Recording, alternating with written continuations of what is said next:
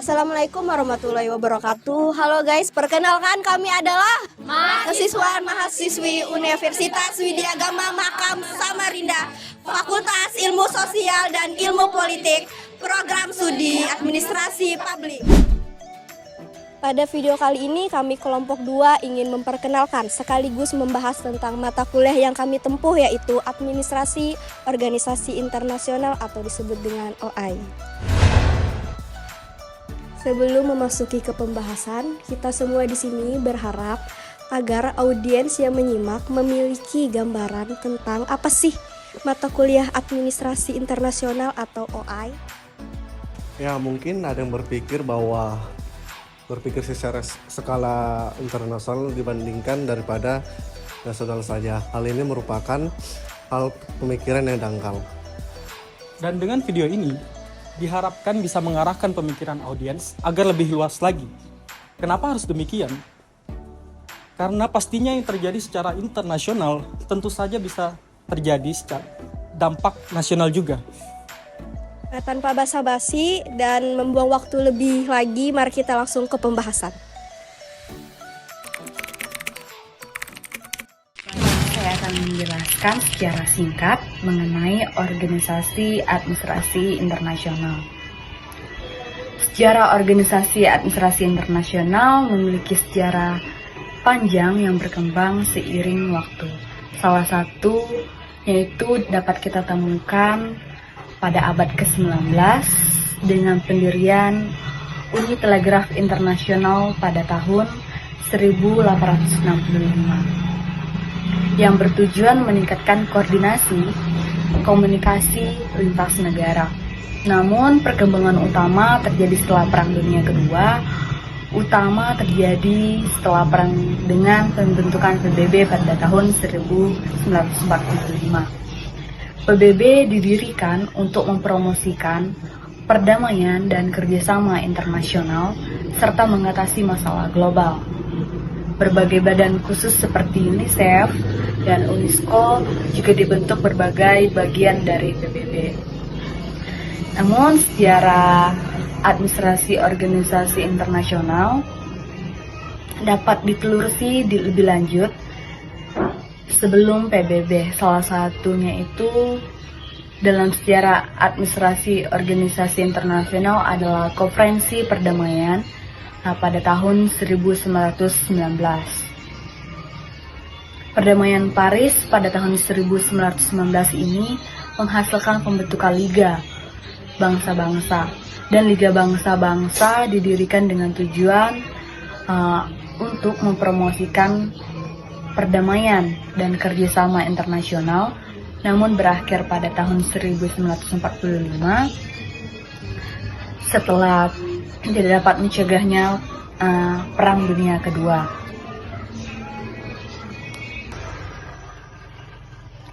Secara keseluruhan, sejarah administrasi organisasi internasional dimulai pada abad ke-19 dengan munculnya organisasi-organisasi internasional pertama.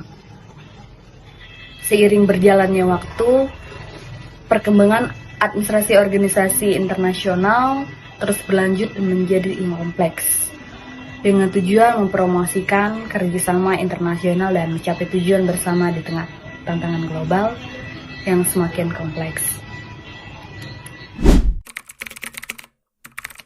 Administrasi internasional adalah administrasi secara internasional yang melintasi batas-batas negara, melibatkan antara negara dengan negara, negara dengan organisasi internasional, atau antara organisasi internasional satu sama lainnya.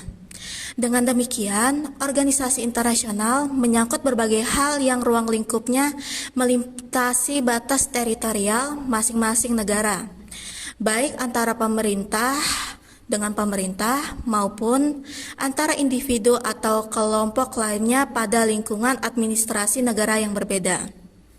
Selanjutnya, menurut ahli Sumaryo Suryo Kusumo menjelaskan bahwa organisasi internasional juga memperhatikan aspek perwakilan dari proses yang sedang berlangsung.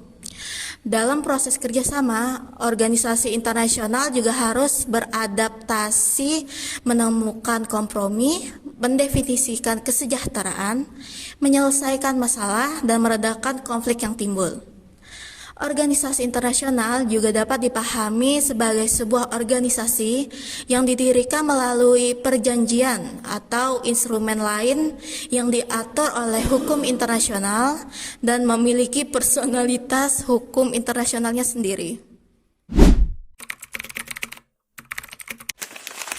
Macam-macam organisasi administrasi internasional, INGO dan NGO. Beberapa macam organisasi internasional yang memiliki peran masing-masing.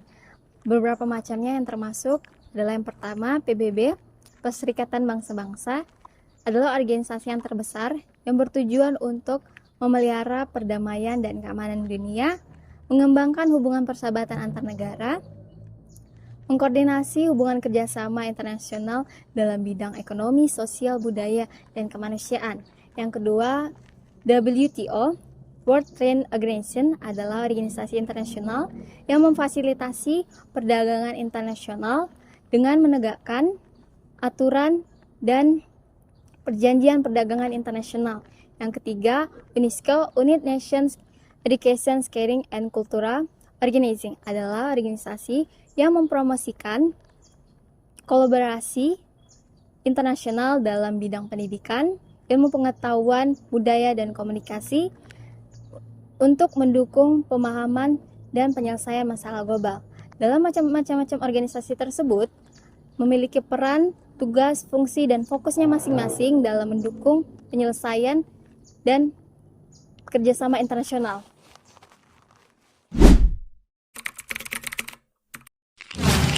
Adapun macam-macam INGO dan IGO. INGO merupakan kepanjangan dari International Non-Governmental Organization, sedangkan IGO merupakan kepanjangan dari Intergovernmental Organization. Dari kedua jenis organisasi ini memiliki kategori yang berbeda dalam konteks internasional. INGO merupakan organisasi non-pemerintahan yang bersifat nasional dan internasional, di mana organisasi ini bekerja di luar struktur kepemerintahan dan memiliki berbagai fungsi dalam bidang keamanan, kemanusiaan, pendidikan, lingkungan, dan kesehatan. Contoh dari organisasi INGO adalah Amnesty International Greenpeace, Oxfam, dan UNICEF. Sedangkan IGO merupakan organisasi antar pemerintah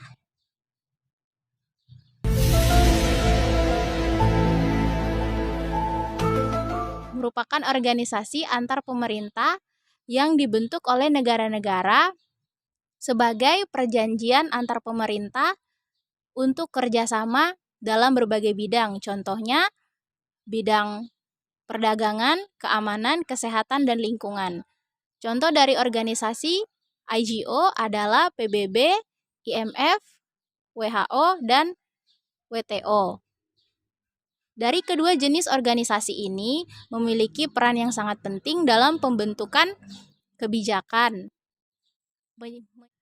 Dari kedua jenis organisasi ini memiliki peran yang sangat penting dalam membentuk kebijakan, menyediakan bantuan dan kerjasama antar negara, baik dalam hal INGO. Antara individu-individu di tingkat internasional dapat mempengaruhi proses perubahan dan solusi dalam masalah global.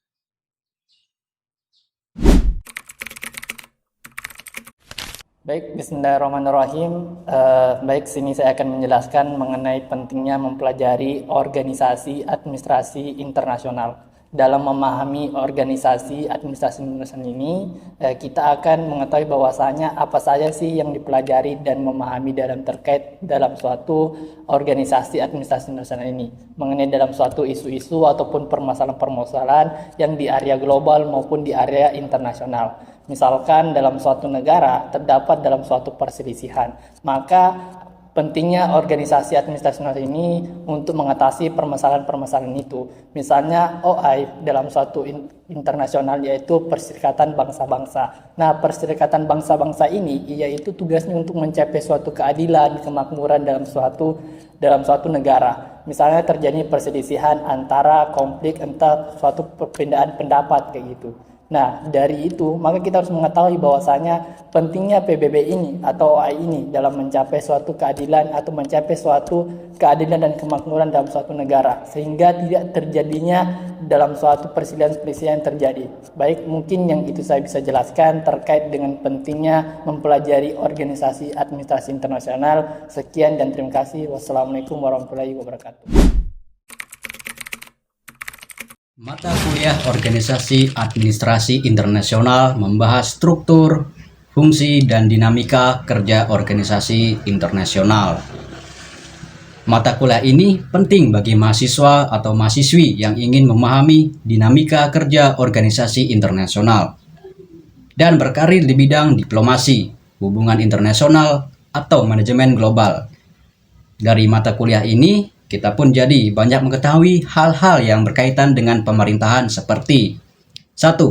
Membuka peluang global, yang dimana mahasiswa atau mahasiswi akan dibimbing untuk memahami kompleksitas hubungan internasional, merespon perubahan global, dan mengelola tantangan bisnis. Yang kedua, mengetahui kebijakan perdagangan internasional, di mana kita akan membahas kebijakan perdagangan internasional dan mengajarkan mahasiswa atau mahasiswi untuk memahami cara mengidentifikasi peluang serta risiko yang muncul.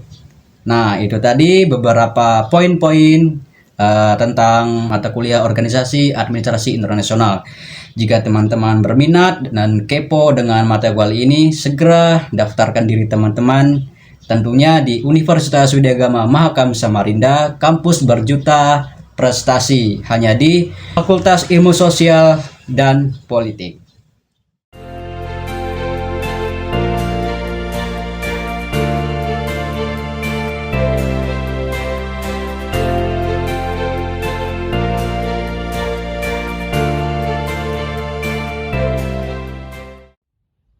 Universitas Widyagama Mahakam Samarinda, Kampus inspirasi, kampus berjuta prestasi.